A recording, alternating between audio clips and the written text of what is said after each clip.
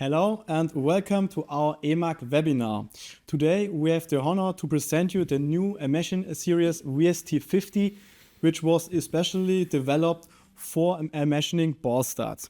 My name is Frank Haas. I have been with EMAG for over 14 years and I'm a team leader and responsible for automation developing. And I also had the honor of leading this exciting new development project. Next to me is Peter Gröner. Peter Gröner has been with EMAG for over 25 years. He is the team leader and responsible for jug paths and was also mainly involved in this project. Before we start with the webinar, a few more details of the webinar.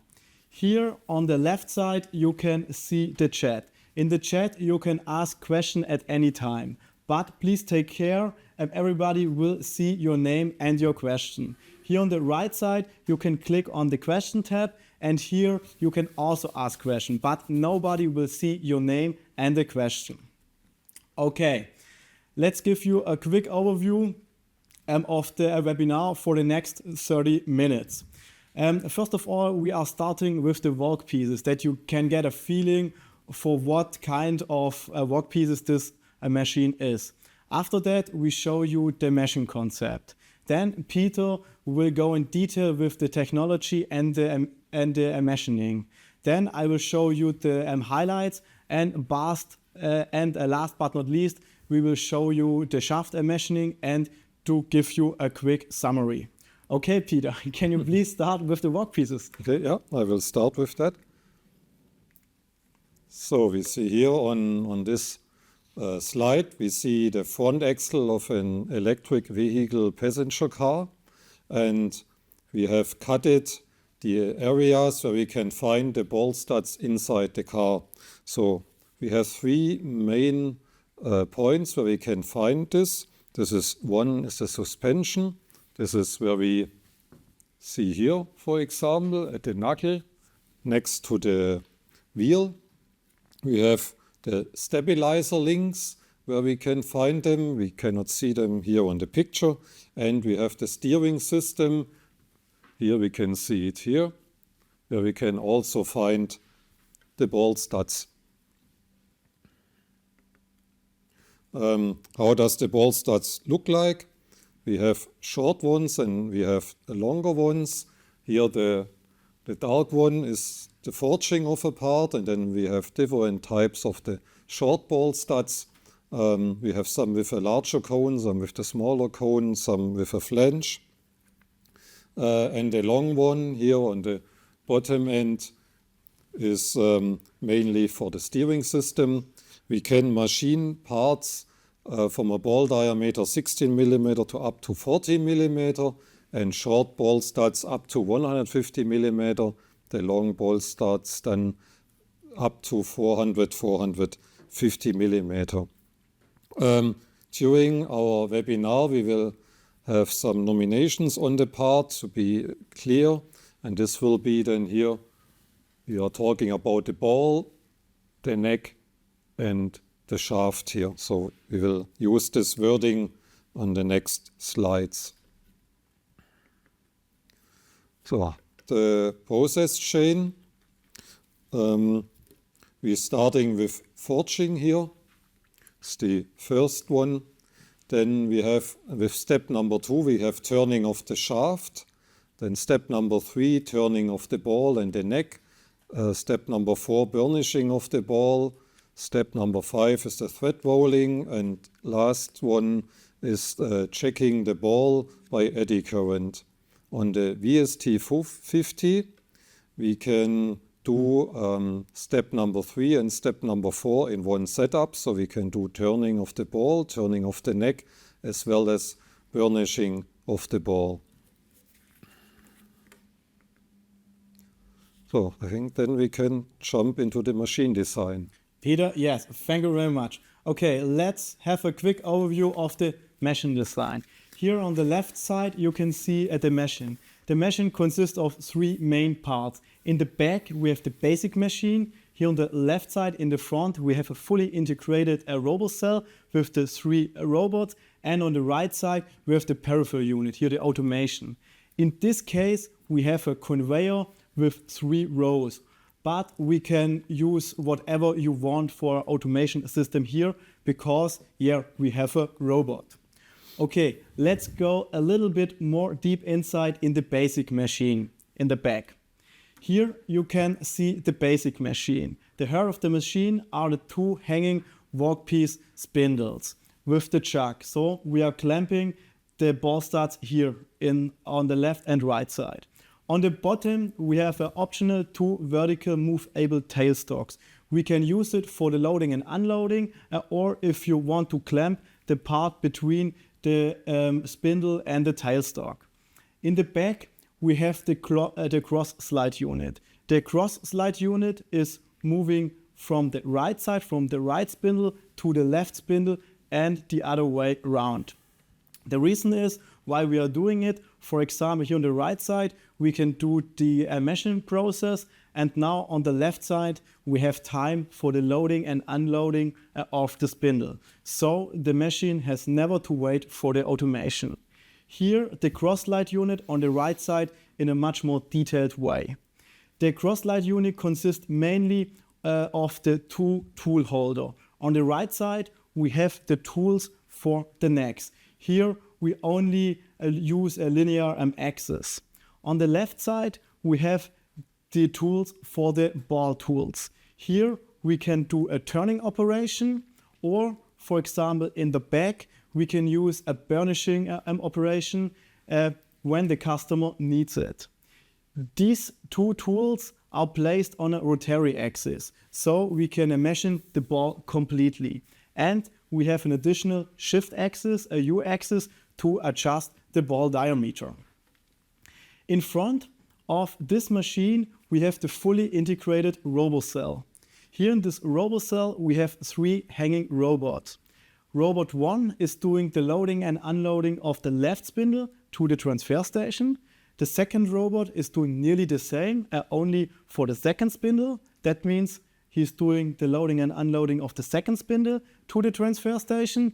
And the third robot is doing the loading and unloading between the transfer station and the external automation. Here on the right side, you can see that we have implemented an optical measurement unit on the transfer station. If, for example, the part is not okay, we can place it on the knock box. Left to the knock box, we have a foot switch. So we have to optimize it for the worker if you want to do the loading and unloading manually. For example, you can move the tailstock or you can clamp the chucks. Left to them, we have a tool magazine. That means our robot can also do the loading and unloading of old tools. We will show you later a video in detail where you can see it. Therefore, we need the gripper station because our workpiece gripper or our tool gripper can lift a much more heavy weight. That's the reason why we have to change this gripper. We will show you this also in the video. And we have an optional setting master. So if the customers want, we can calibrate the measurement unit. In the front of the system, we have a control panel. This control panel you can swing inside the machine. That means the worker can set up the machine and he don't have to go outside to put some values in. So the control panel can be completely swinged inside the RoboCell, and you also don't need an additional unit like a handheld unit. Okay, I would say we continue with the technology. I think the mission design is clear now. Great. So then we start with turning of the ball. In principle, there are 2 possibilities to turning the ball. One is in the Cartesian way, one is with rotary axis. We first start with the Cartesian and check what is the problems with this way of turning. So here we have the ball stud where we want to turn, and Cartesian means we are turning only by using the linear axis, so we're using z-axis and x-axis. So this means if the tool is moving along the ball, the contour of the ball, the tool is going backwards up to the highest point of the ball.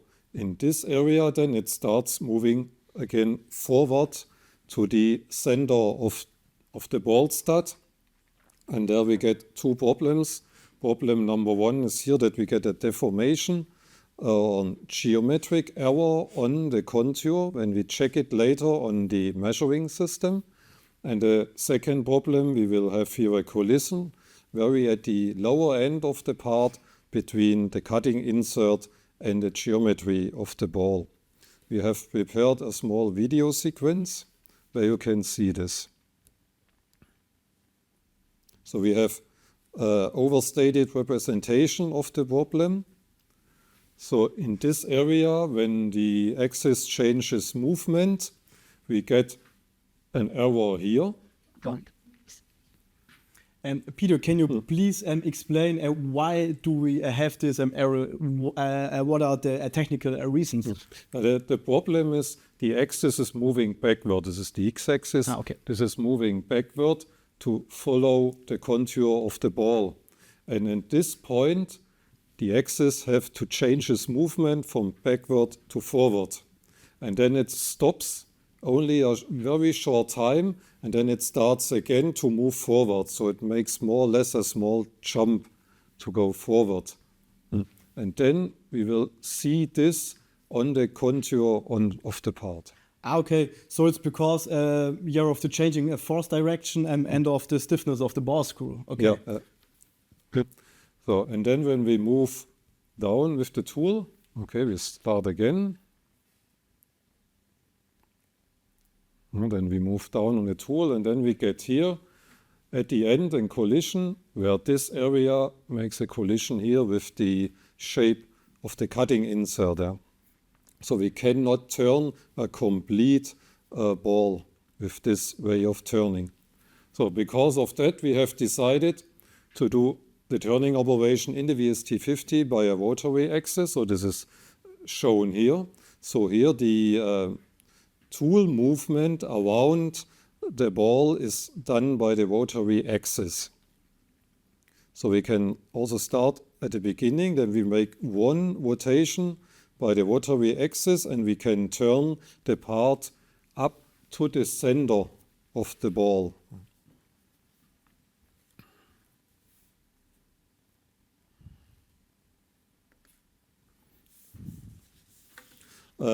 Also, we have a second possibility by doing this in this way. We can move the tool path out of the center of the workpiece. So this means we can have a deviation of the ball shape, but in a controlled way, and we can program it. So we can see this here. We have the center of the workpiece, and we have the center of the tool path, and we move this center out, and then we get the yellow shape instead of the original blue one. Yeah. So we can have a controlled deviation of the ball.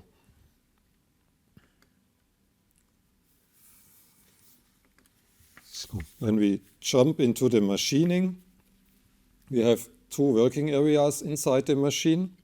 You see here the tool carrier is on the left working area, and on the right side is empty in the moment. So while we are machining on the left side, we have to load and unload the spindle on the right side. Both things should be in the same time so that the loading unloading is in the idle time and does not influence the complete process time. When we are finished with the machining on the left side as well as finished with the loading on the right side, the tool carrier is moving to the right side and again starts with the machining, and the robot then is unloading and loading a new part on the left side. The machining of the ball is done in 3 steps. We start with the rough turning of the ball, then we have the finished turning of the ball, and at the end we have the burnishing of the ball. We have also a small video sequence. The speed is a little bit lower than in the origin way. So we had first roughing, finishing, and then the burnishing. You cannot see the burnishing tool here. We have removed it. We have a very short distance between the tool This helps us to reduce the idle times, roughing, finishing, and burnishing. The second operation which we can do here is machining of the neck. Here's the same procedure. We can have a rough turning, and then we can use a second tool for the finishing turning. In the video sequence, which we can see now, we're using one tool for roughing and for finishing. You can see here again the short distance of the tool, and also the tool between for ball turning and neck turning is only a few millimeters away from each other.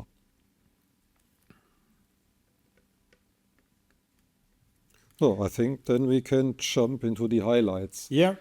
One question, our first question from the audience. Okay. What a maximum spindle speed can we work with? Yeah, we have a maximum spindle speed of 6,000 RPMs. Okay, can you just explain why do we need this huge speed? Because this is not a typical, normally around 3,000. So why do we are turning with a constant velocity, and we are turning more or less nearly to the center of the part. So in this area, in theory, the RPMs are unlimited. Yeah? And therefore, we have chosen a spindle with a high RPM of 6,000 to have also at the end of the ball this high spindle speed available. Okay, thank you very much. Okay, let's continue with the highlights of the machine. The first highlight is our fully integrated tool magazine, which you can see here on the right side. So we have a tool storage, and here we can set up 4 tool sets.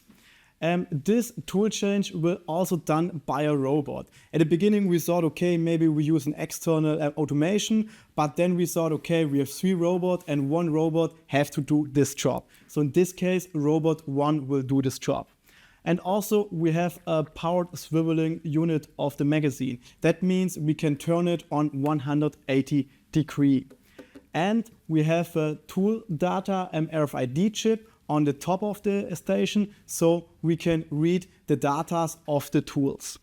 Here on the right side, you see the gripper storage. Here we are placing the workpiece and the tool gripper. Okay, I would say we will have a look at a video that you can get a feeling or you can see how the tool change is working.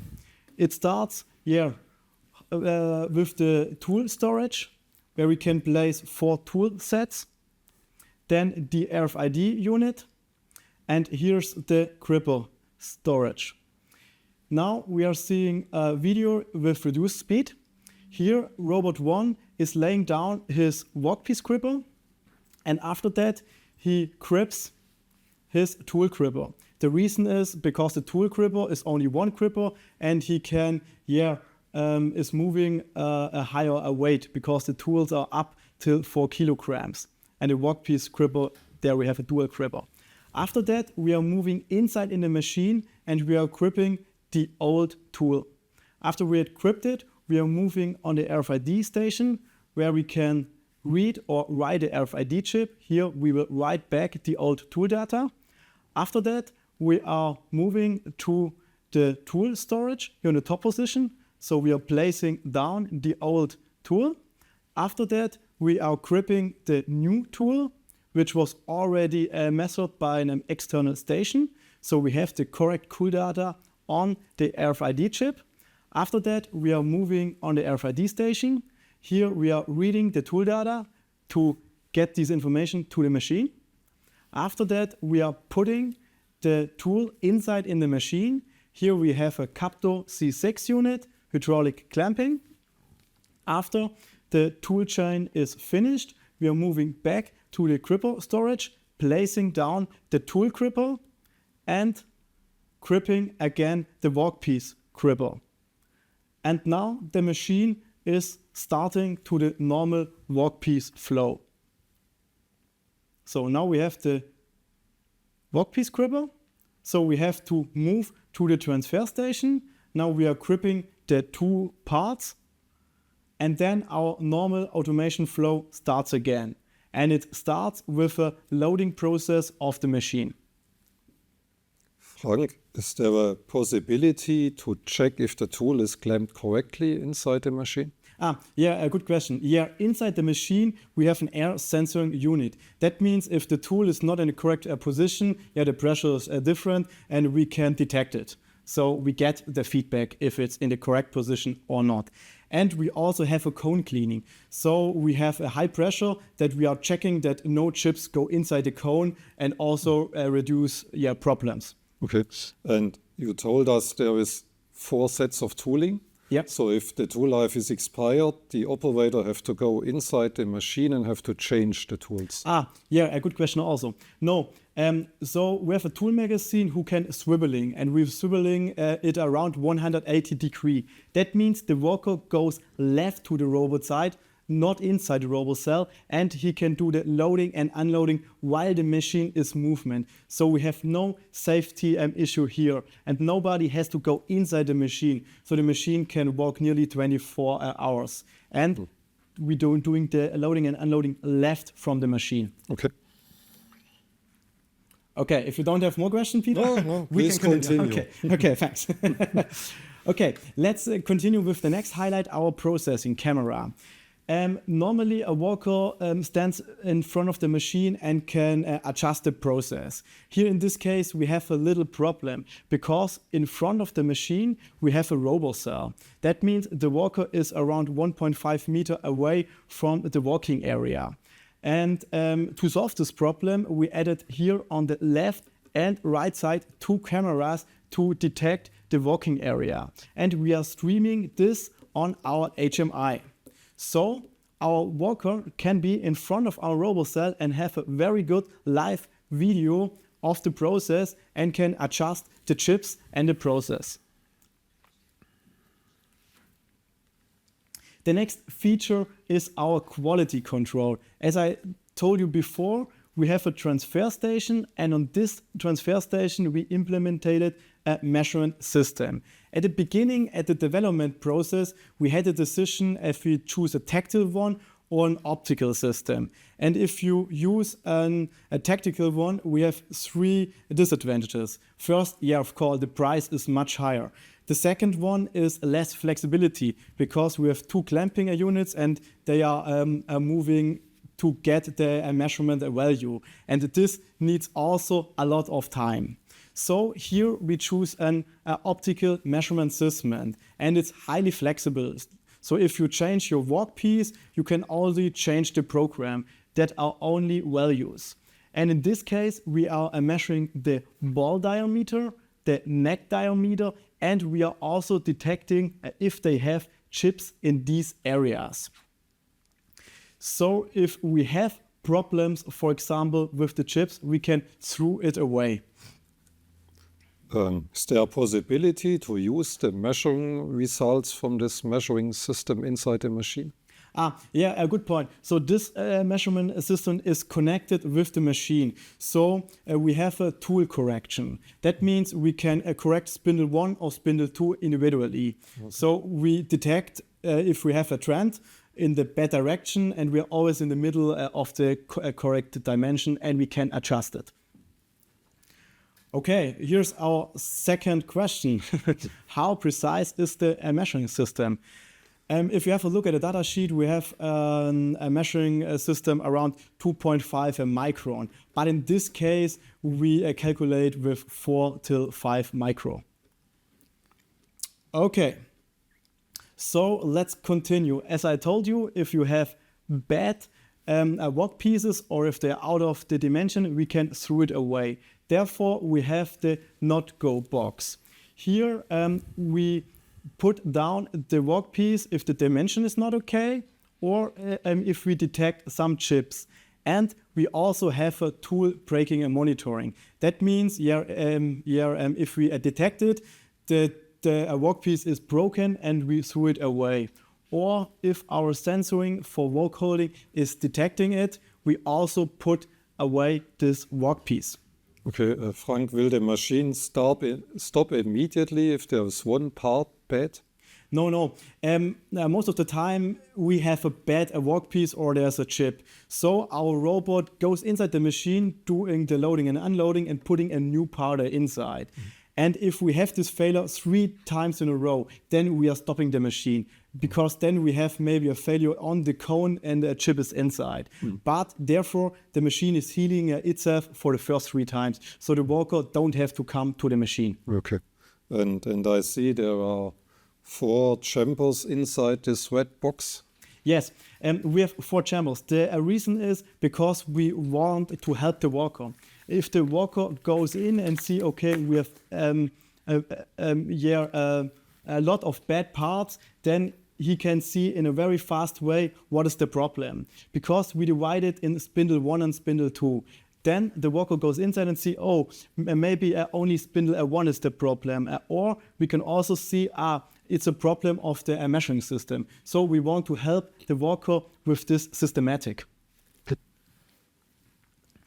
Okay, the next feature is the pendulum concept. As Peter already told you, here you can see how the machine is working. At the moment, we have a measurement process on the left side, and the robot have time for the loading and unloading on the right side. And if the cross-light unit is moving on the right side, we have now time for the loading and unloading on the left side.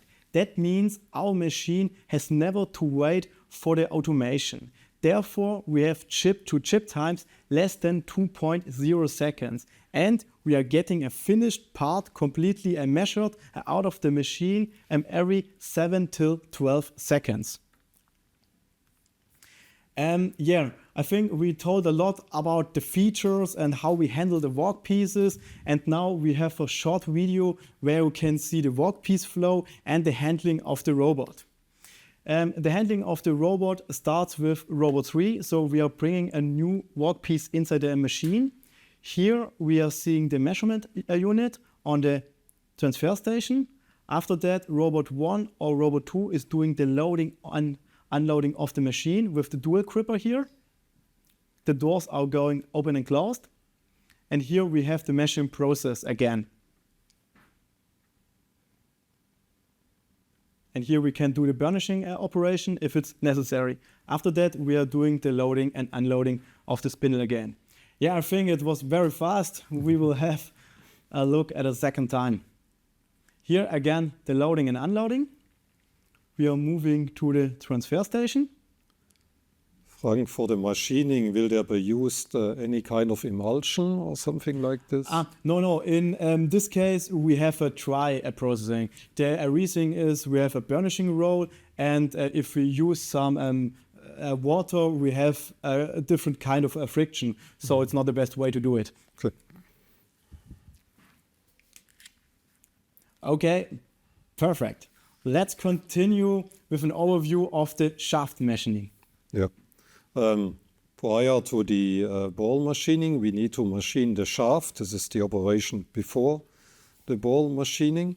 So the shaft is coming here from the lower end up to the neck. The neck always is in discussion where it fits better to the cycle time in the first operation or in the second operation.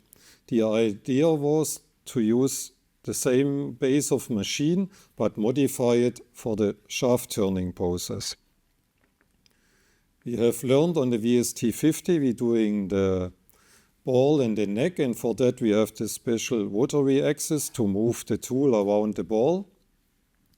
And then we have now modified the machine to the VST50-4. -4 stands for a 4-axis turning process, which means we are bringing 2 tools together for the turning operation.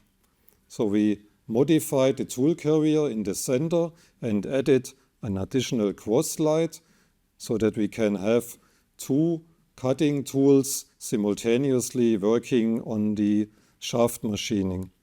Because of that, we have the same cycle time on the shaft machining as we do have it on the ball machining, and we can switch with the neck machining from the left or from the right side depending on the cycle time.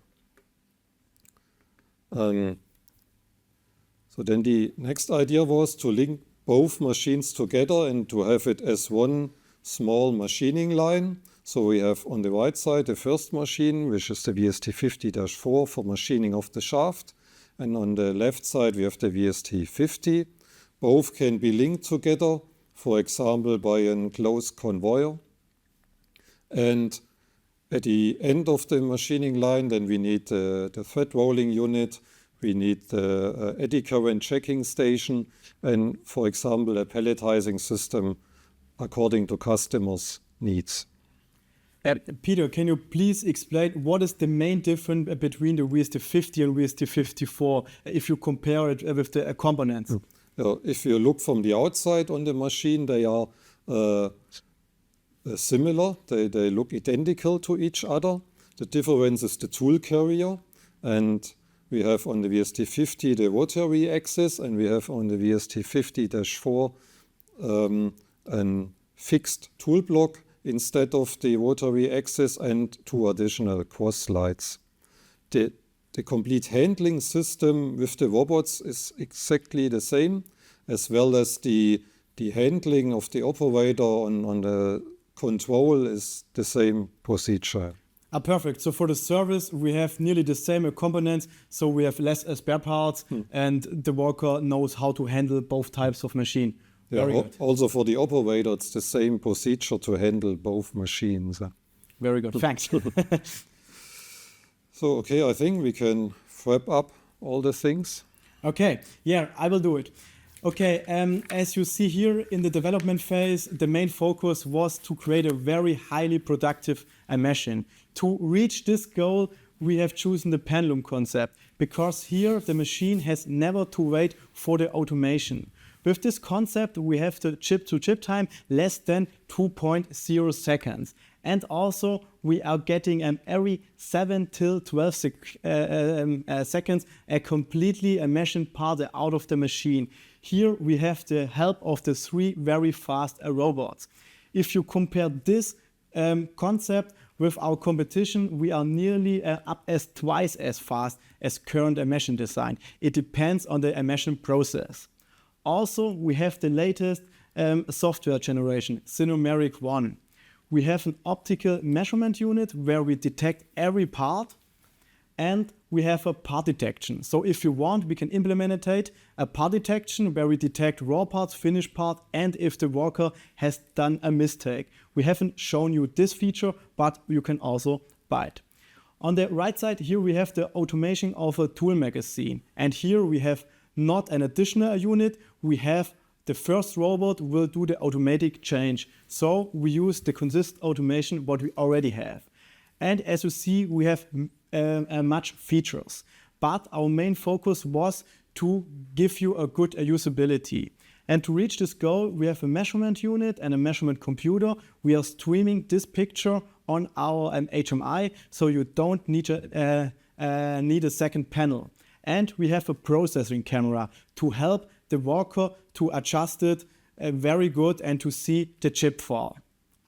Okay, this was to sum up our main benefits of the machine. Peter, I see we have a new question. Okay. Maybe it goes to your direction. How can the machine be automated? Yeah, in principle, we can use different kinds of automation. The requirement for that is that they present the parts for our robot in the range of the robot number 3, which is the robot who brings in the parts into the machine and brings the finished parts out of the machine. The automation have to be fast enough to go in the same cycle time like our machine. This means somewhere around 6 seconds for the automation, 6 to 10 seconds. And the positions where we should take the part and leave the finished parts should be near together, that we have no handling distances, in the best way in the same distance like we have it on the machine. Perfect. So we have a robot and we can handle every automation what the customer wants. Yeah. We only have to check that it fits in the cycle time around 5 or 7 seconds. Yeah. Thank you. Okay, let's see if we have a few more questions because our webinar is nearly finished. Okay, here we have a new one. What has been done to achieve the short cycle time? Peter, shall I or? Yes, Okay. please. Okay. Yeah, it was very hard at the development phase. So we had to look at every detail point. So as Peter already told at the beginning, we have a spindle who can machine 6,000 rounds per minute. So we can machine here in a very fast way. And also we checked that we can ramp up to the speed of 6,000 rounds per minute in a very fast way. And we can reach it in under 1.0 seconds. It was also very important that we have a fast machining process. That's the reason why the tools are placed very near together so that we can jump from the neck to the ball in a very fast way. And we also checked that the automation is faster than the machine, what was not very easy.